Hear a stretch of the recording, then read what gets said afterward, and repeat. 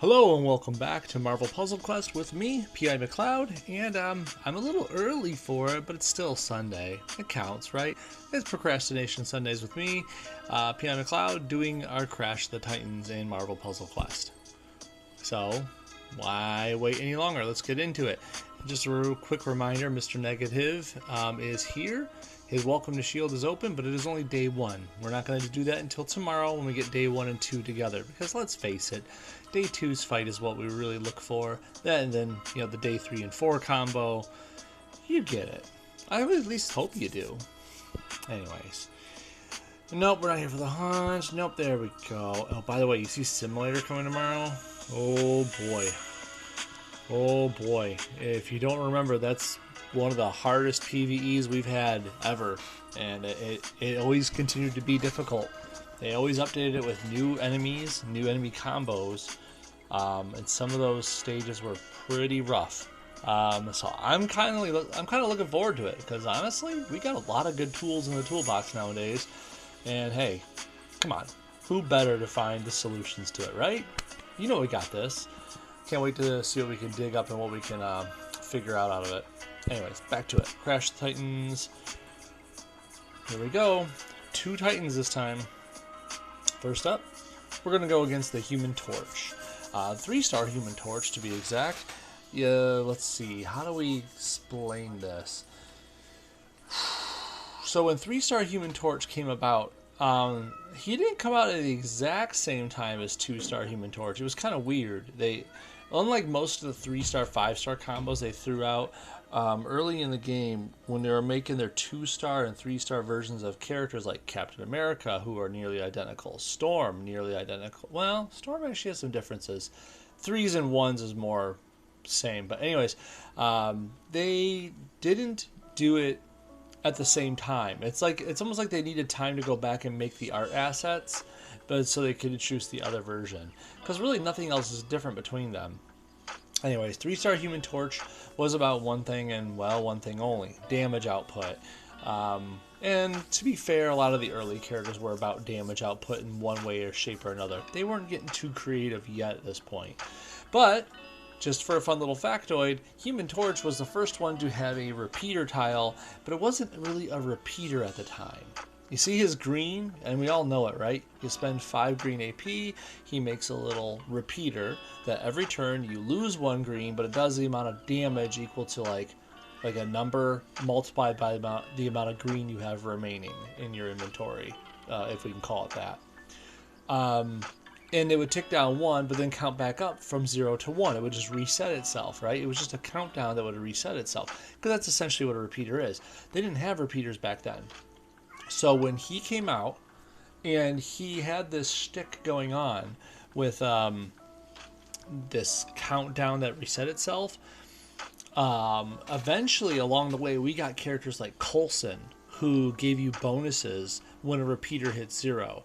Other characters came along, and it didn't take long, like a very short amount of time, for the developers to catch wind, like, oh wait, that's abusable, and then they made it into a repeater tile, which is different from a countdown tile, and hence you couldn't abuse Coulson with Human Torch anymore. This was something that was done for, you know, anyone else that had such an ability, but Human Torch was the first one to have a true repeater of sorts. The green is really good for damage. The red does the same. It does a similar low cost damage. It's I want to say it costs 8 if I remember correctly. And you throw out a fireball. It destroys 2 random red tiles. Doesn't even matter what they are. Doesn't matter if they're special or not. And you get the AP for them. So basically, the next casting you only need another 6 red to do. And then finally, his black puts out a bunch of attack tiles, but you lose a little bit of AP in the other colors he doesn't use, namely yellow, blue, and purple.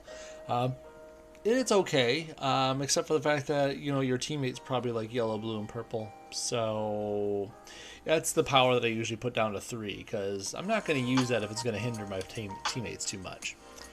Anyways, that's my synopsis of Human Torch. Basically, if we're going to go against him, we have to just watch how much of the red and green he gets, because that could be really damaging if he's allowed to get what he wants.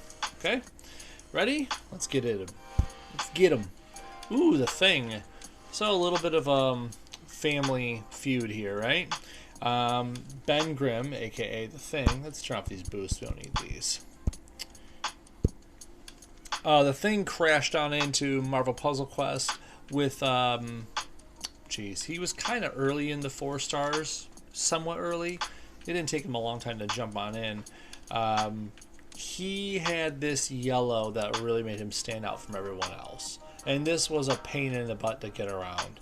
And it can still be a pain in the butt, but honestly, we have so many ways to deal with this nowadays that it's not now.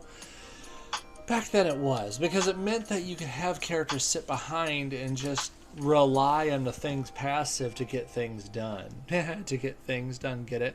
Anyways, so at level 5, which I have him at, you get 5 strength 652 projectiles as long as an ally with less health takes 2400 or more damage. It's pretty good. Because nowadays that amount of damage comes out of, well, anywhere. Polaris can do that passively in a single turn. It's not hard to do this. So for Thing to jump in front and give you a bunch of projectiles, now all of a sudden you got like 3,000 in protection going on. That's pretty sizable. Not to mention there's abilities that abuse projectiles or use them to your benefit. So yeah, Thing was pretty cool for these aspects. Also, his red is a, I'm going to put up the 5 so you can see it here. Damage and a 2-turn stun. Not a lot of reds, and I mean very, very little reds. Heck, I can only think of one other red off the top of my head. Does a stun. So that's a pretty cool thing to have. Of course, it costs 10, but hey, it's a nuke and a stun all in one. That's pretty good. His green is just a nuke, but it is a damaging nuke for what it's worth. It costs 12 green. It does a nice hefty 12,000, but it also destroys a random 4x4 block of tiles on the board. It does it in a diamond shape, not quite a square shape. Anyways, those tiles don't deal damage, generate AP. Honestly, when I have to, I usually reduce the green down to level 3 for certain fights, because, I mean, you just can't control it, right? Sometimes you're ruining your own things, your own projectiles, your own countdowns, whatever the case is. So that one gets lowered down sometimes. In this fight, we're not really protecting anyone, so Rock Solid is going to move on down. Up with the Clobberin, down with the Rock Solid. There we go. Okay. Simple enough to follow, I hope. Here we go. Thing versus Human Torch. And we're going to turn on the animations because it's a one-on-one fight. So let's go for it. Now, we like green just like he does. We like red just like he does. He likes black, and, well, we don't really care about it with this character. So we just got to get everything else as ours. The greens and reds. We got to hunt them down before he gets them. This match 4 of blue right here, he's only going to get 1 green and 1 red out of it. So we could pretty much let him have it if we could find anything else worth getting. So, like, if I take this green right here, he'll take that match 4 of... He'll get a little bit of black. Oh, of course it cascades into a green for him. Still, you can see what I was going for there. That wasn't really fair. RNG supported him this time.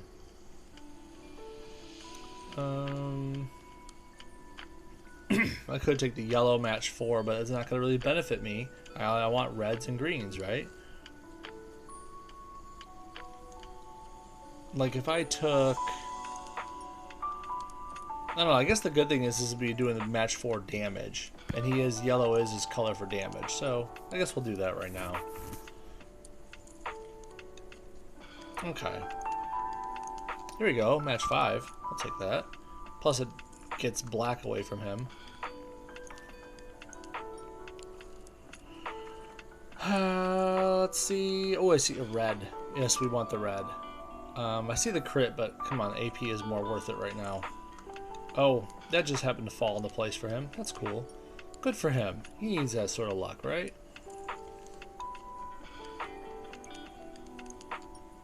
Here we go. Here's a green, black into green. I'm gonna quickly look at something here. I'm gonna down him whether it's red or it's green.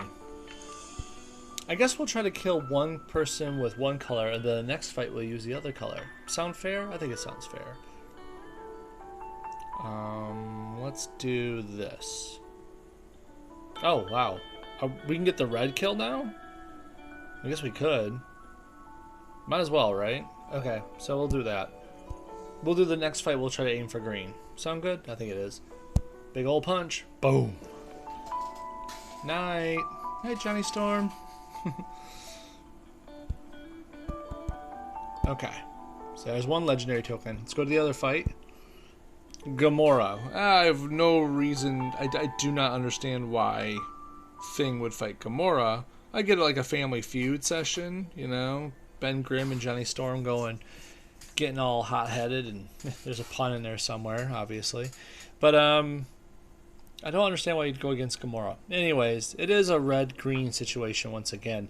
3-star Gamora came on out in the game, obviously pretty early in the life of the game, but she didn't have the same effect that 4-star Gamora did. Not at all. Okay, let's start with some of the quick notes for her. 3-star Gamora's red only costs 5. Nice and cheap. Just a quick bit of damage. It's like a tiniest nuke. That's all it does. But, I mean, it is effective and small and quick. So, I mean, that's something. Her green hits two random enemies for an amount of damage and stuns them for 1 or 2 turns, depending on what level you have it at. It's pretty nice in that case. Actually, if I remember correctly, maybe I'm off. Give me a second. I'm going to have to look at it in the fight, but I think it hits the whole team for damage, which just stuns 2 people. It's supposed to be the idea of her knocking their heads together. But anyways. Then there's the black. The black is actually really useful, especially if you're like in 3-star land or maybe early 4-star land. But it puts strike tiles on the board, and a good amount of them. Something to do with the equation is something to do with like the amount of tiles on the board with her icon or something. I could be mixing it up with 3-star Wolverine. We're gonna have to read her a little bit. I'll be honest, out of all the 3-star characters, Gamora is kind of lackluster. It's not like she's bad, it's just she doesn't bring a lot to the table, you know? Usually some characters have like, you have a clear-cut reason for using them, but Gamora just seems to be kind of all over the place. Anyways, let's get into it. Still using Thing, same tactics. We're going to try for a green kill this time to get that animation on screen. And just to clear my mind here, let's see, Skullcracker. Yep, damage enemy team, stuns 2 random enemies for 2. Yep, there you go. Okay, just wanted to make sure I was right on that. This only costs 5. Yep, cool, right on that. Converts a basic yellow tile to a strength 183 strike tile for every 4 tiles that bear her symbol. Yeah, based on symbols that she has in this. Okay, so my memory was right. It's just a little shaky on the confidence level of it. I mean, again, I don't use her that often because she just doesn't bring a lot to the table. So we want reds, we want greens, and I see neither. Well, since neither are available, I might as well get the black so she doesn't get anything she wants out of it.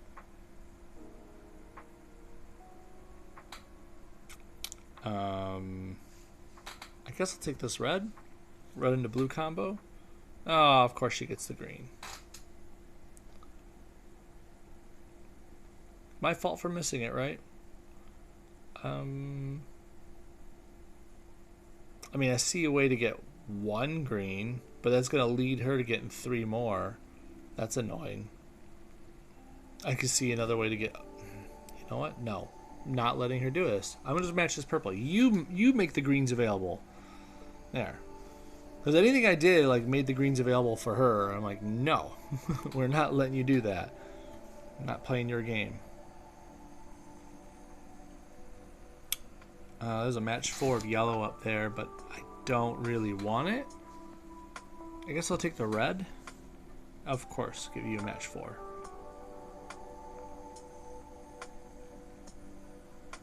I guess I'll take this green. There we go. Just need 2 more green matches to have our own personal quest come true. There we go. 1 more. It's in here somewhere. Maybe not this exact screen, mind you. Match that purple. Ooh. Ooh, we took a razor's edge. Not the, wrestling move, but, If you know, you know, as they say. I want to take this little combo. Oh, come on.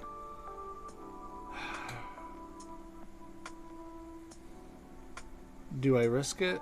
I don't think it's worth the risk. If I match this blue over to the right and it drops with an additional green on top of it, she's just going to take it right away. So it's kind of like no point in me doing that. Let's just take the team up. Oh, she did it though. And there was no green. Okay. I can't move this, because if I move that, I could move this red up. There we go. Now it drops that. Okay. Come on. I could just stun her, but then she'll be almost dead, and we don't... Let's just save it for the green. Hey, there it is! Yay! Okay, ready for the animation? I am. Woohoo! Yancey Street Special coming up. Boom! Nice. It's good fun. And that is the Things Crashes of the Titans. Nice and easy peasy. You just gotta, collect the red, collect the green. If you need a little help with it, put in a red or a green booster for your AP. Obviously, match damage boosters are always nice, but it's kind of a simple character to play, simple premise. Just do the damage. The only thing that sucks about him is in a one-on-one fight, his yellow is not going to come into play. Remember to reduce that down to 3 if you need the extra boost. The extra, ability. That's that. Okay.